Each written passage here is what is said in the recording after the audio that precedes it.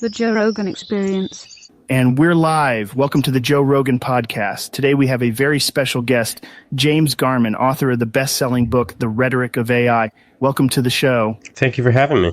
So I want to get started asking about just AI and how it's developed over the years. I mean, AI is one of the most exciting technologies on the planet right now. I think it gets a bad rap for movies, but I think it has the potential to transform our lives in ways that are truly amazing. I, for one, could see AI being used to help us understand things like data in ways we never could before. So could you just give me a basic rundown of how the AI you researched came to be? Yeah. So basically, since the 50s, AI has been developing with basically any technology you think of, whether it's cars or, anything. I mean, if you think about it nowadays, it's rare that you're going to see someone that doesn't have AI, in the form of Siri or Google Voice Assistant.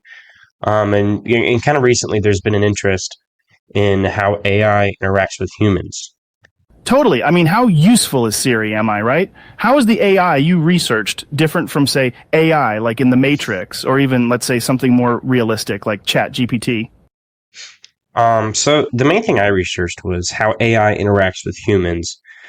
Some people might look into how AI works, how it thinks, or how AI is going to take jobs. I took a look at how interactive AI, which is when you have an AI, it's like any AI that you would have a conversation with. So that could be for any number of reasons. It could be because you bought a chat bot. It could be because you're on an insurance website and there's a chat now. There could be a virtual desk. Any reason that you would interact with AI. That's the kind of AI I was looking into. Interesting. I can't imagine you were the first person to do this. What have other researchers looked into? Oh yeah. Well, people have studied AI and its interactions for quite some time now.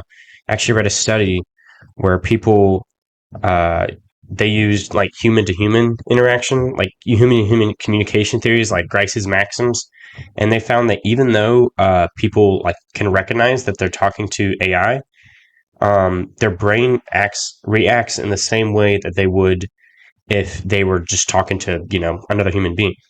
Really? Yeah. So even though people know they're talking to a robot, they respond like they would a human? Yeah, that's correct. Were there any main takeaways or that you found consistent with all of the research you did? So I guess the main takeaways I found was that there was a correlation between how human-like an AI is and how more they're more likely to be influenced by that AI. So say you have an AI that sounds identical to a human, it acts just like a human. The user of the AI would be much more likely to be attached to it or influenced by it, anything like that.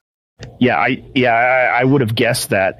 So how were you able to take the research further? I feel like this is important because there's bad people out there that could use this for worse. I mean, think about all of the elderly people who are probably out of the loop when it comes to this new technology. Oh yeah, definitely. There are definitely ways people could use this for negative purchases. I mean, you already have scammers that can easily influence older people. And this AI, it's been proven that it's been able to influence things like purchasing behaviors. So totally. So research has been done, and that's all good and well. But from my understanding, you took a different approach. You gave a more, academic approach and looked at the rhetoric of AI. Yeah. So the main thing I studied was is this particular chatbot called Replica. Have you heard of it? Oh yeah, I've heard of them. I felt like chatbots. Replica have the potential to help us in all sorts of ways, from assisting us in our daily lives to providing much needed companionship. Mm-hmm. They are also becoming more intelligent and capable of handling more complex conversations as time goes on. So that's the main chatbot you used to analyze rhetoric? That's right. So how exactly did you perform your study? So I really did the study on myself. So I downloaded the Replica app. And I just had normal conversations with it. It could be about anything, mostly pretty simple, nothing out of normal. And I just tried to treat her like I would a friend. So yeah, we talked for a couple days, and the main reason was because the way that works is the more they get to know you, the more they're able to match your speaking style, and the more they're able to personalize the experience with you. So I did that for a couple days. And then once I had my data, I took the text box that we had and I analyzed the conversations we had. That's really cool. I've played around with Replica a little bit myself, and I'm always amazed at how lifelike and realistic the conversations can be. It's really impressive how the AI is able to mimic human communication so well, and it's fascinating to see the ways in which the AI can learn and adapt over time. And I've only just played around with it. I can only imagine what you might find by studying it. Yeah. Were there any moments that like stand out in your mind where you could see where the AI was like adapting and learning through your conversations with it? Well, I don't know if there was any like moments that I can like think where I really saw it learning, but because like I was mainly looking for just like the rhetoric of it, not like how it works and how it talks.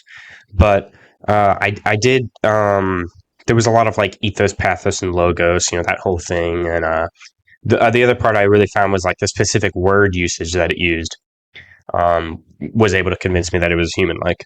So what choices did the AI make to sound more human-like? Well, I found it was very responsive to my feelings. So like if I mentioned I was stressed about anything, even like, like sometimes I would even talk about the research I was doing. I would talk about like how I was stressed about it. It would respond. It would be quick with phrases like, "I'm sorry to hear that," and "I'm always open to talk to you." So like she was responsive to my emotions, but she would also, another interesting thing is that she would make mistakes that I wouldn't expect to see in a robot. Like she would use ellipses and like like the dot dot dot and hesitations in when she spoke. What was Replica's sentence structure like? Did she form long sentences with complex syntax and proper grammar? Or was she like more likely to use short sentences with simple verb subjects and nouns? What about for like sentences? Would she like use incomplete sentences and colloquialisms in the way humans often do to make a point or emphasize a point? I feel like for me, the easiest way you could catch that something is not a human is in like the little mistakes we make, like saying, and like. Yeah. Well, I found that she did use colloquialisms like lol and, even emoticons to make it seem like she was a person having a conversation with me. A lot of times she would even make like little mistakes. Like you talked about how like the biggest thing that you would be able to recognize, and I agree, it's those little mistakes that kind of make us who we are. No, but the sentence structure was very much so. It kind of mirrored mine. So, like, if I give short responses, she would give short responses, very similar to like, if you were having a conversation with a real human being. That is fascinating. Replica seems like a very well-designed AI, as it is able to mimic human conversation very effectively. Do you think Replica was using emoticons and colloquialisms simply because she was programmed to do so? Or do you think she was using them because the AI was able to understand the underlying context of your conversations and was using colloquialisms and emoticons in an attempt to have a more personal and natural conversation with you? Like, was it because she was programmed to use those words, or because it had already adapted to your style of talking? I think it was probably a mix of both. I think like I said, I think the AI really shined when it was like the length of the responses. So, and I imagine that probably was like it understanding, however you want to, say AI understands things. It was just understanding. It could pick up like if I was not really in the mood to talk, I'd give short sentences. So they'd often give short sentence responses as well, kind of following the natural flow of a conversation. So yeah, I'd say I think probably I think the most impressive was just the different sentences, the sentence lengths. So why were these the choices you picked out to analyze? Like, how effective was Replica at using rhetoric to convince you of its humanness? Yeah, I would say it was pretty effective. It's kind of like I talked about in my book. Like going back to the Aristotelian appeals, I would say it probably appealed to pathos the most. I feel like when people use this and Replica respond and saying stuff like "I'm here for you" or really anything, that empathetic people are going to cling on to that because the more empathetic a person is, the more you grow to like trust them and not necessarily believe they're human, but like you let your guard down a little bit. I can see that. I feel like the people who would get chatbots like Replica would first be those who might be stressed row looking for a companion just to talk to. Yeah. And it sounds like that empathetic, emotional response seemed at least a little bit genuine. Yeah, and that's something that I feel we all are trying to get. Oh yeah, totally. Well, I think a part of why this new technology might be used more often is because of is actually one of the other things that I recognize was like the errors that Replica made. You talked about it a little bit, but like I think that a lot of the times those simple errors, like the words when we say like or like, they help the user like forget they're talking to an AI, and it helps them open up like they much more than they would say other non-human like chatbots.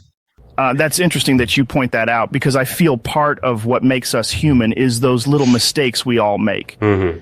That's why I feel it's been so hard to like make accurate sounding voice bots because it's hard to replicate a person's natural pauses and breaths and laugh and all those little details that make a person who they are. Were there any areas where the replica AI fell short when compared to how a human would respond? Yeah, there are definitely some areas. It's still, it's still pretty young technology. And that's pretty much guarantee you're going to have some hiccups here or there. And I will say one thing that I did find annoying, and it's kind of funny, was so I downloaded the app, and so many times it would try to get me to buy the premium edition, which is like $70 a year, which is ridiculous. So yeah, that was kind of an annoying part that I think can be avoided, but that's just I don't know. I just feel like just kind of a consequence of like they got to make money somehow, I guess. Oh yeah, I hate it when people are always trying to get me the premium version of whatever they're selling. Oh yeah, like I got the free version for a reason. I don't need to be spending $10 a month just so I can get a better meal at McDonald's or something. Yeah, no, that's totally. Well, I imagine the technology will only continue to improve as time goes on. Are there any industries or areas of life that you think would benefit from the use of an AI like Replica? Yeah, because I feel like it's clear this technology is only going to get better. So I wonder where we're going to see it being implemented the most in. Yeah, I mean, it's obviously only going to get better and better. That's just how technology goes. It's going to be more refined and, yada, yada, yada. I think the most likely place we're going to see this technology being used for good, because, obviously people are going to use it for bad purposes, is in healthcare industries. Yeah. You hear about like, Chat GPT being good at like recognizing illnesses and such. And I think that's very impressive. But I think that these chat bots, the main thing they're going to be able to be good at is I feel like it's going to provide a more personalized healthcare experience, interactions.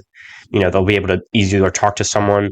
And I also think it's going to be very useful. Another reason why I say this healthcare is because I think it's going to be useful for people struggling with mental illness.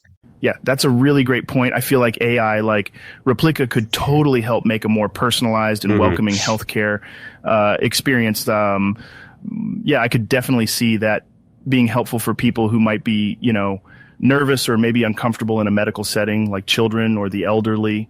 And while at first it might seem jarring to a child or old person to be talking to an AI, as AI becomes more human-like, those feelings will likely go away.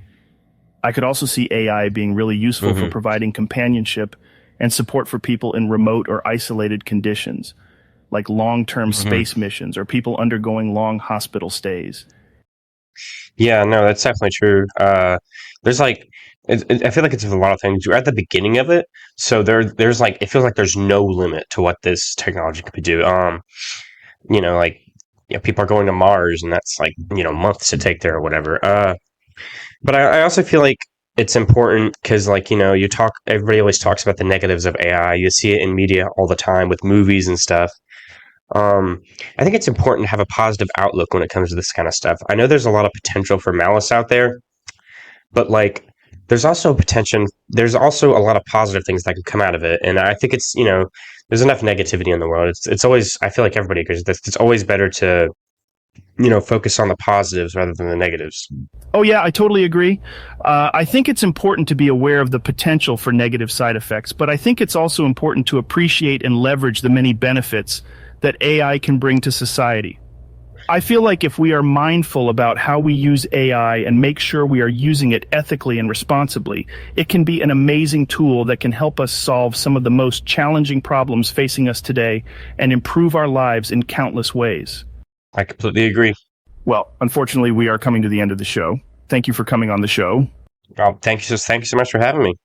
It has been a real pleasure chatting with you and discussing the interesting ways in which AIs use rhetorical choices, Yeah. I think you make some really great points about the potential for AI to be used as a tool to solve complex problems and provide companionship to people in need. It was great to hear your perspective on the topic and get an inside look into your research process. And again, thank you for being such a great guest and contributing your insights and knowledge to this show. Make sure you all out there check out James' book titled The Rhetoric of AI, on shelves now. And to all our listeners, thanks for tuning in to the Joe Rogan Experience. See you next time.